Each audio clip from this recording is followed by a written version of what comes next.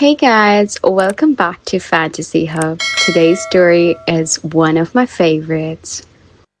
The Honolulu sun was merciless that day, but I barely noticed. I just finished back-to-back training sessions at Iron Aloha Fitness, my muscles screaming in protest. Medical school tuition wasn't going to pay itself, and every dollar mattered when you're working three jobs to stay afloat. I was walking past Lico's Creamery when I saw her, Kennedy. She sat alone at a corner table, dressed in linen so white it seemed to glow against her tanned skin. A single scoop of mango sorbet sat untouched in front of her, slowly melting into golden pools. But what caught my attention wasn't her ethereal beauty. It was the way her fingers tapped nervously on the table, like she was waiting for a storm that only she could see. I wasn't usually bold. Growing up in foster care teaches you to keep your head down, work hard, and trust no one. But something about Kennedy's energy pulled me in like a riptide. You gonna eat that or just admire it? I found myself saying, standing beside her table. She looked up, startled. Her eyes were the color of sea glass, and when they met mine, I felt something shift inside my chest.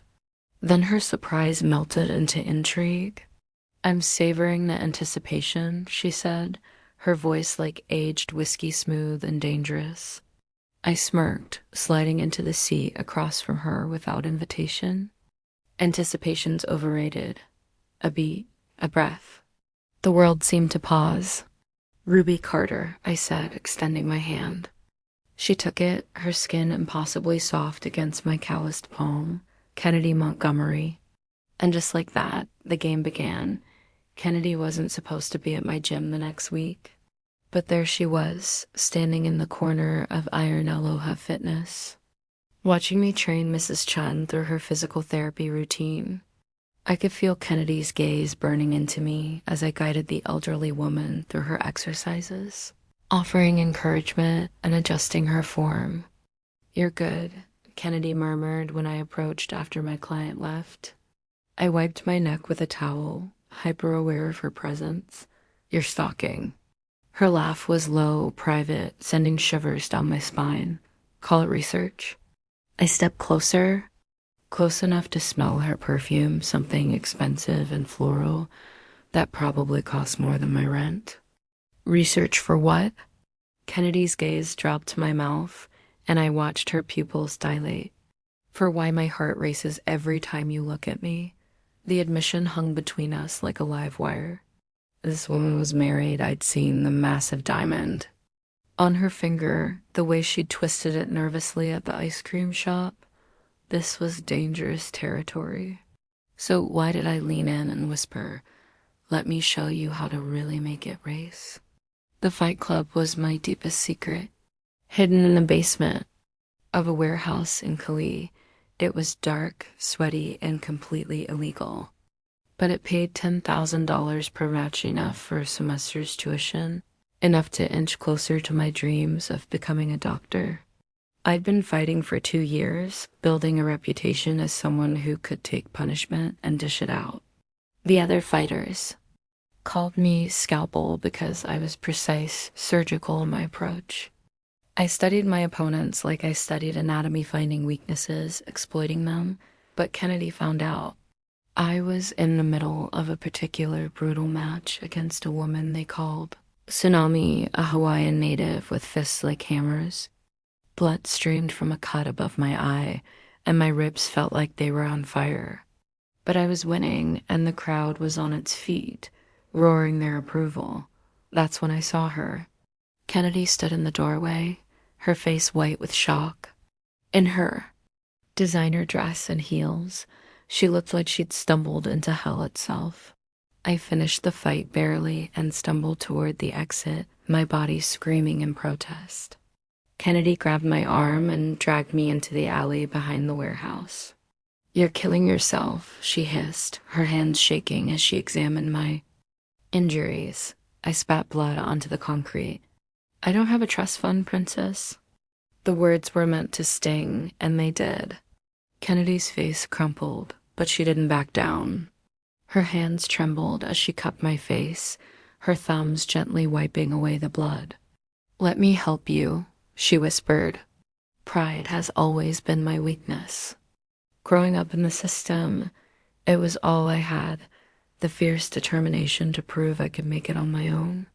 I pulled away from her touch, even though it was the gentlest thing I'd felt in years. "I don't need your money," I said through gritted teeth. Kennedy's voice broke. "Then what do you need?" The question hung in the air between us, heavy with possibility. And suddenly, I knew the answer. I needed her. My kiss was my response, fierce, desperate, hungry. Kennedy melted into it like she'd been waiting years for this moment. Her hands fisted in my hair, pulling me closer despite the blood and sweat. We kissed like we were drowning, like we were the only two people in the world. When we finally broke apart, both of us were breathing hard. "Come home with me," she whispered against my lips. I should have said no. Should have walked away. But I was already lost. Kennedy's penthouse was everything I'd imagined and more. Floor-to-ceiling windows overlooked Diamond Head, and the furniture looked like it belonged in a museum. But all I could focus on was the way Kennedy's hands shook as she poured us both wine. "My husband's in Japan," she said, not looking at. Business trip." I set down my untouched glass and moved behind her, my hand settling on her waist. "Kennedy." She turned in my arms, her sea glass eyes bright with unshed tears. "I've never ... with a woman. I mean, we don't have to do anything," I said, meaning it. "We can just talk."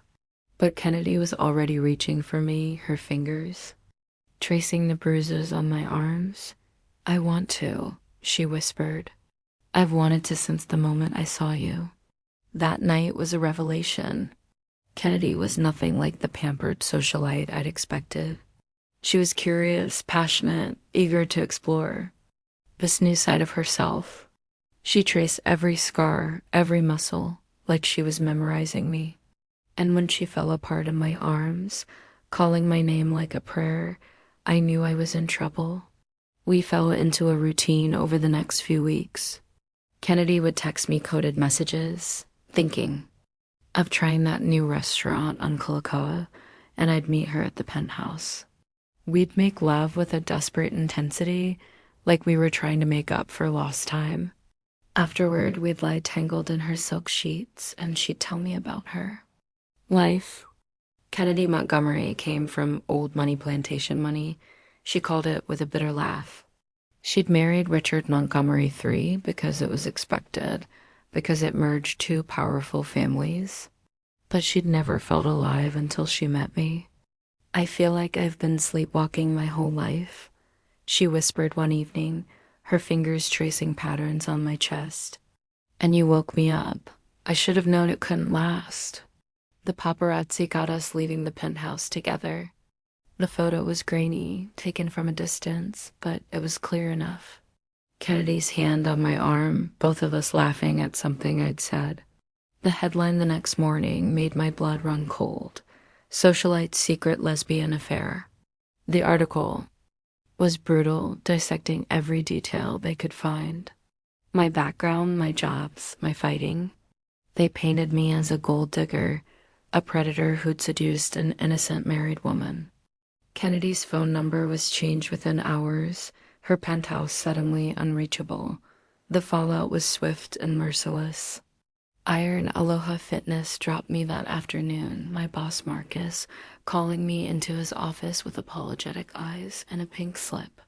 "I'm sorry, Ruby, but the members are talking. I can't have this kind of publicity. I lost my other jobs too. The medical supply company where I worked part-time, the tutoring gig that helped pay for groceries, all gone. The Fight Club organizers made it clear I wasn't welcome anymore either. Too much heat, they said, but the worst part was Kennedy's silence.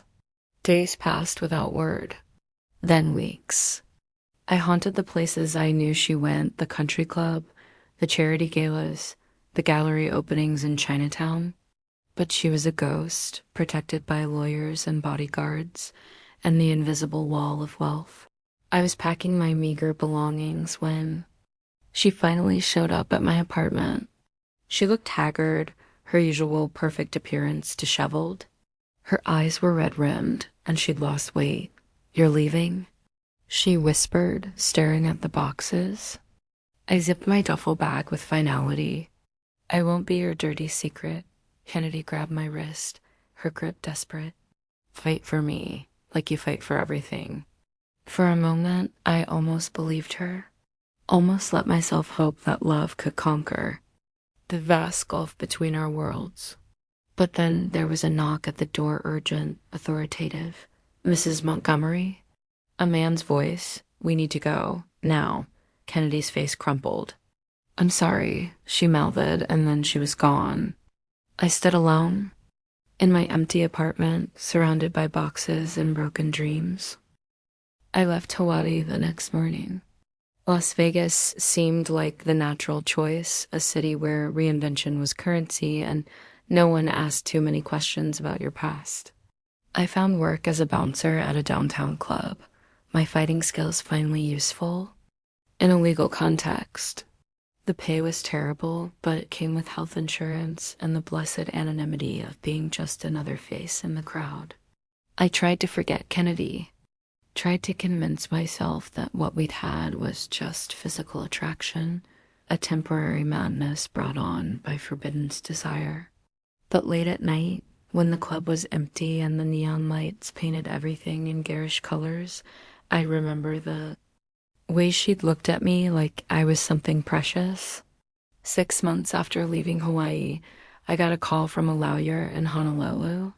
Kennedy's divorce had been finalized and she wanted to give me something. A gesture of ... What? Apology? Guilt? "Ms. Carter," the lawyer said in his clipped professional tone, "Mrs. Montgomery has established a trust fund in your name. The amount is substantial enough to complete your medical education with funds left over." I hung up on him. The money felt like pity, like Kennedy trying to buy her way out of the mess she'd made of my life. I'd rather serve drinks to drunk tourists for the rest of my life than accept her charity. But the calls kept coming. Different lawyers, different offers. Finally, I answered one. "She's not trying to buy you off," the woman said gently. "She's trying to help you rebuild." "Then why doesn't she call me herself?" A pause. "Because she's afraid you'll hang up on her too." The trust fund sat untouched. For months, while I wrestled with my pride, I was mixing drinks at the club one night when I overheard two women talking about an art exhibition they'd seen in New York. Female athletes, they said. Powerful, beautiful portraits that captured the strength and grace of women in sports. That's when the idea hit me.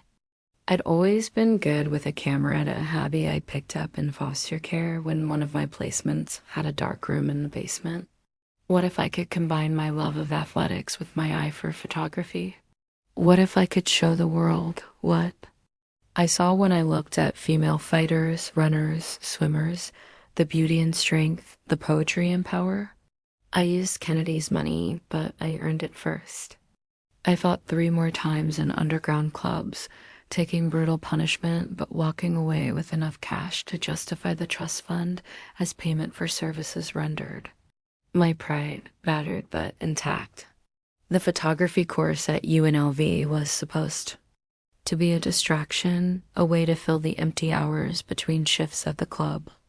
But I found myself completely absorbed in the technical aspects, the way light and shadow could transform a subject, the split-second timing required to capture the perfect moment. My professor, Dr. Sarah Chun, was a renowned photographer who'd documented conflicts around the world. She saw something in my work that I couldn't see myself.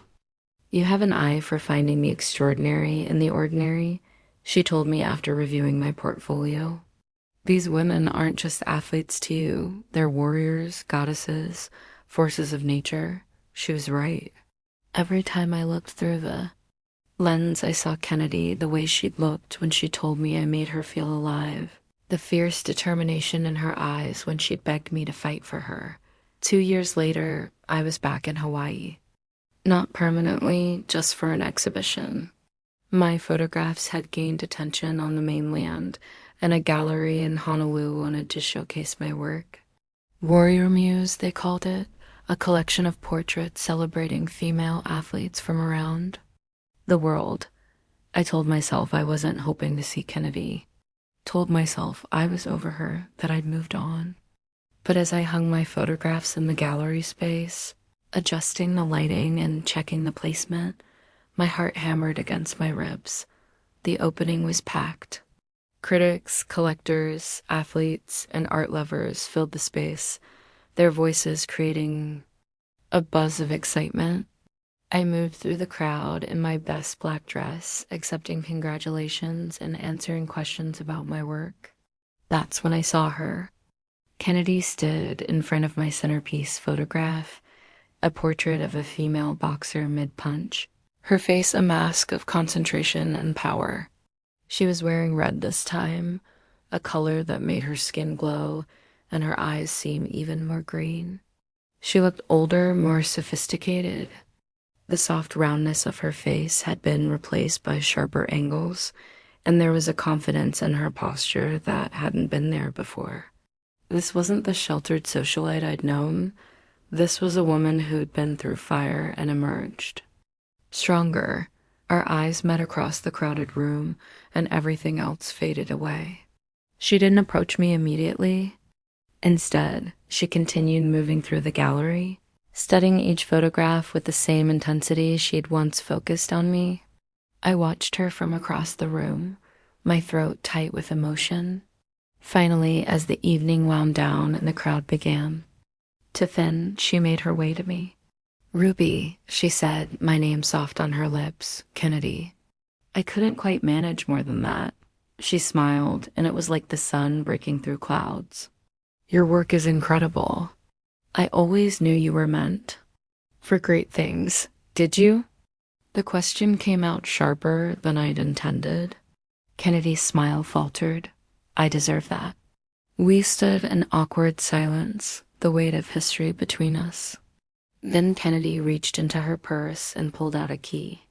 "I have a new place," she said, pressing the key into my palm. "Penthouse, tonight." A smile tugged at her lips. "Fight me."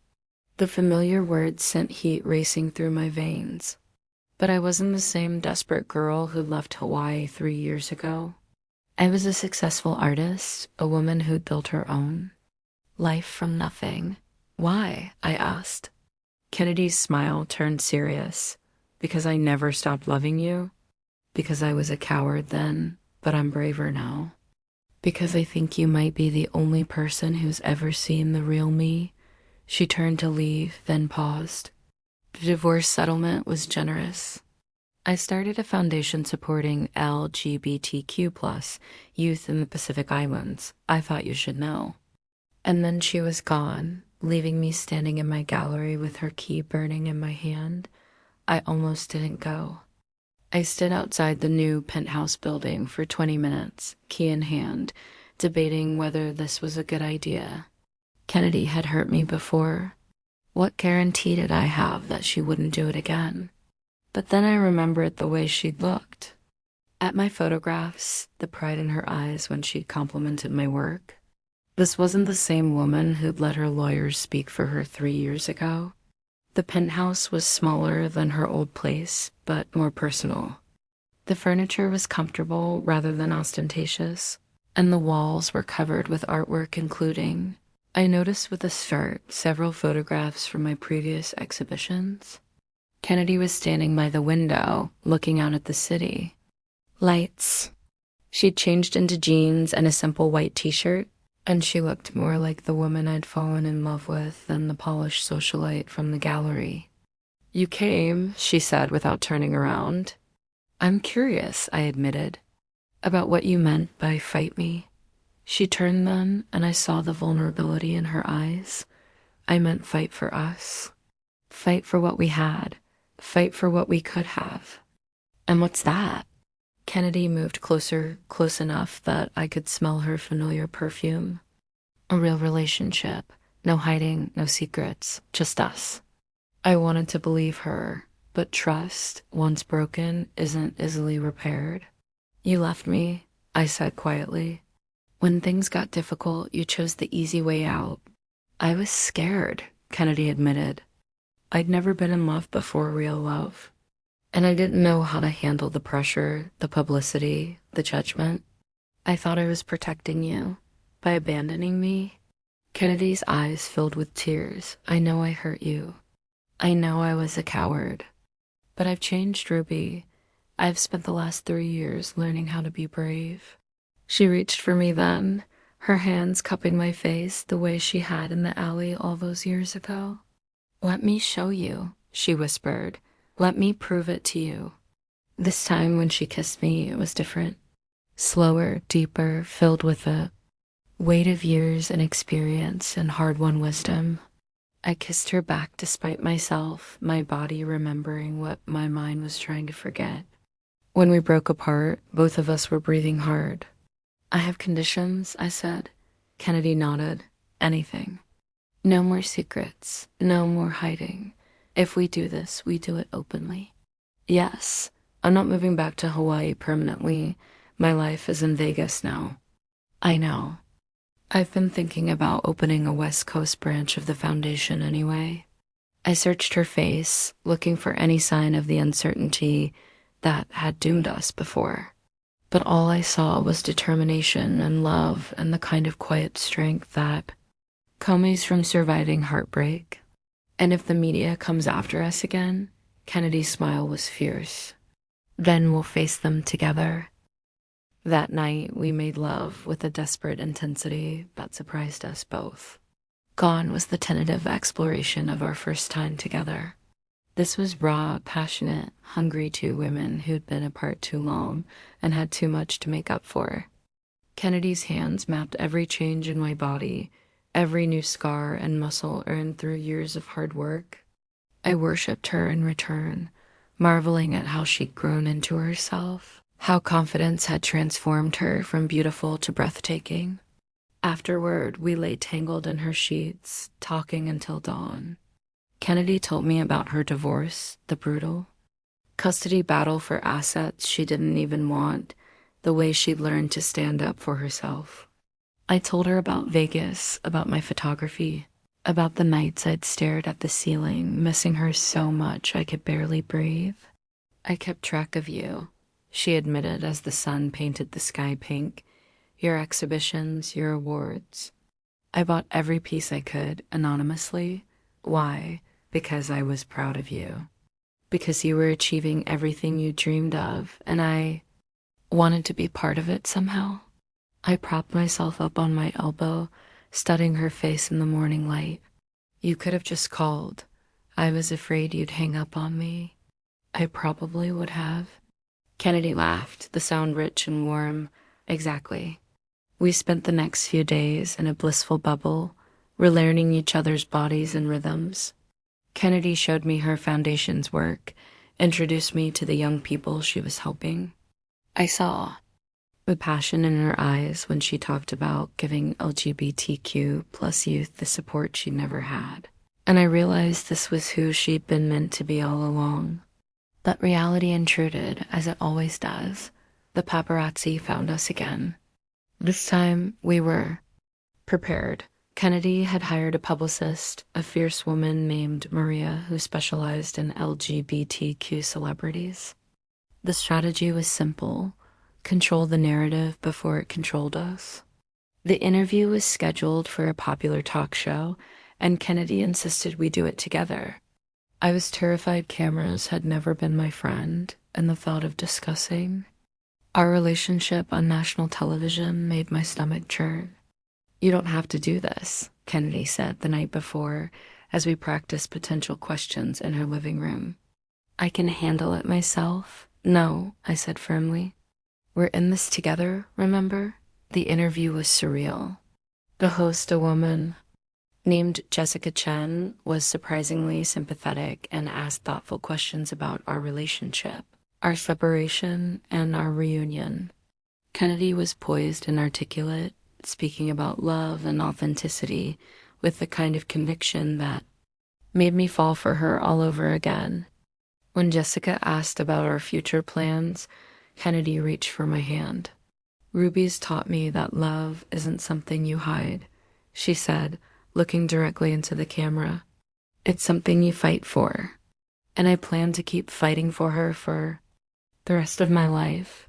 The response was overwhelmingly positive. Messages poured in from LGBTQ advocates, young people who saw themselves in our story, and even some of Kennedy's old society friends who apologized for their previous judgment. But more importantly, I saw the way Kennedy handled the pressure. This time, she didn't waver, didn't apologize for who she was or who she loved. She'd become the woman I'd always known she could be 6 months later. Kennedy surprised me in Vegas. I was setting up for a new exhibition when she walked into my gallery space, carrying a single red rose and wearing a nervous smile. "What are you doing here?" I asked, my heart racing. "I have something to ask you," she said, and then, to my absolute shock, she dropped to one knee.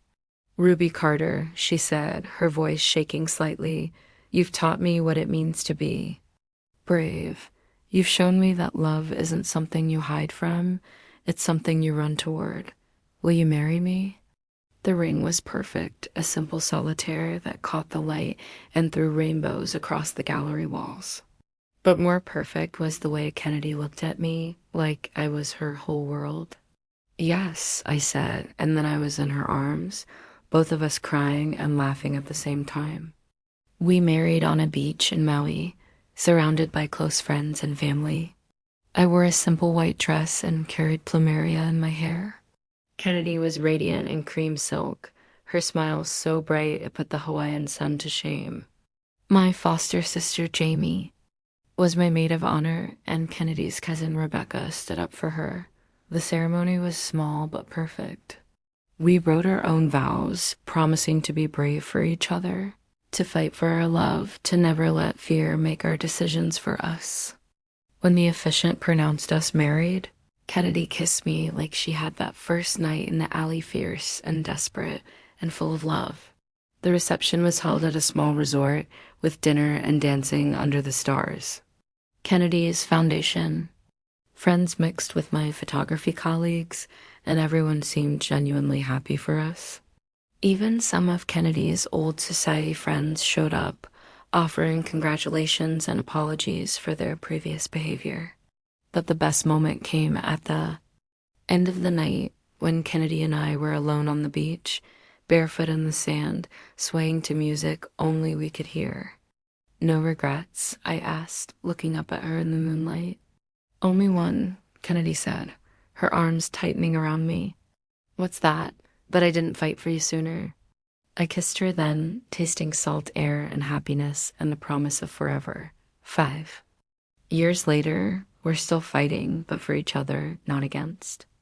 I've opened a second gallery in Honolulu, specializing in Pacific Islander artists. Kennedy's foundation has expanded to include scholarships for LGBTQ plus youth pursuing athletics and arts. We split our time between Vegas and Hawaii, building a life that's richer and more fulfilling than either of us imagined possible. The media still occasionally tries to create drama where none exists, but we've learned to ignore the noise. Our love has been tested by publicity and pressure and the ordinary challenges of building life together, and it's emerged stronger. Sometimes I think about the medical degree I never finished, the path I didn't take. But then I look at my galleries, at the young artists I'm helping develop, at the foundation work Kennedy and I do together, and I know I'm exactly where I'm supposed to be.